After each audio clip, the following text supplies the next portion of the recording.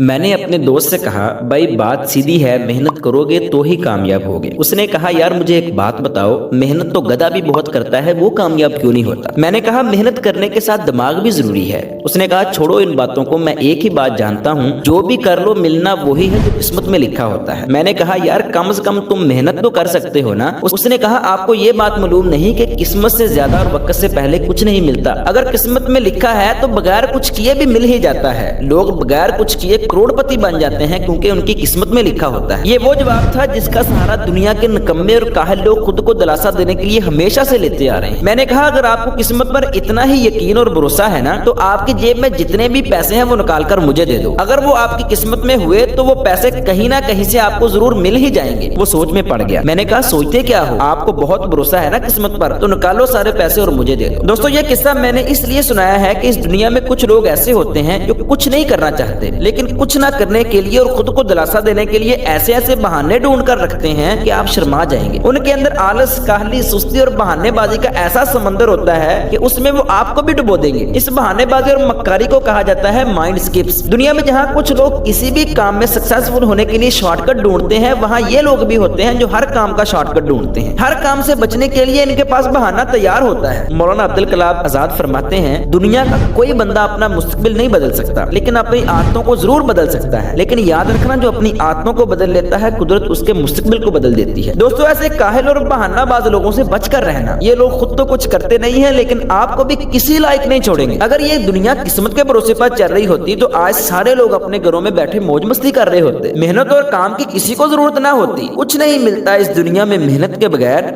मुझे मेरा साया भी धूप में जाने के बाद मिलता है। दोस्तों, अगर बात सारी किस्मत की ही होती तो आज दुनिया के बड़े बड़े बिजनेस कोई ना चला रहा होता। मलक रियाज से किसी ने पूछा, आपके पास इतना पैसा और बेशुमार दौलत कैसे आ गई? उन्होंने बड़ा खूबसूरत जवाब दिया और कहा, ये सब कुछ मुझे नरम बिस्तर पर सोए हुए नहीं मिल गया, बल्कि एक वक्त था मैं 18-18, 20-20 घंटे काम किया करता था। अगर ये भी मेहनत ना करते, किस्मत के सहारे बैठ जाते, इनके पास इतनी दौलत और रुपया पैसा आ सकता था? बिल्कुल भी नहीं। सवाल ही पैदा नहीं होता। किसी इंसान की तरक्की और बुलंदी को देखकर ये कह देना कि ये सब किस्मत का खेल है, तो यकीन करें आप उसकी मेहनत की तौहीन कर रहे हैं। आप उसकी मेहनत को देखकर कुछ सीख सकते थे, लेकिन आपने उसकी मेहनत को दिन रात एक करने को साइड पे करके सारा क्रेडिट उसकी किस्मत को दे दिया। उसे ये सब दौलत, रुपया, पैसा, शोहरत और कामयाबी बिस्तर पर लेटे लेटे ही मिल गई हो। अगर आप भी उनमें से एक हैं जो सिर्फ किस्मत पर यकीन रखते हैं, तो फिर आराम से मौज मस्ती करें और जाकर सो जाएं। तब तक ना उठें जब तक आपकी ये किस्मत आपको आपके सारे ख्वाब और सपने पूरे करके ना दे दे। किसी ने क्या अच्छी बात कही है कि अगर आप बगैर मेहनत किए हाथ पे हाथ रख के अच्छे वक्त का इंतजार कर रहे हैं, तो जान ले आपका अच्छा वक्त और आपकी कामयाबी टांग पे टांग रख के आपकी मेहनत का इंतजार कर रही है। किस्मत का रोना छोड़ो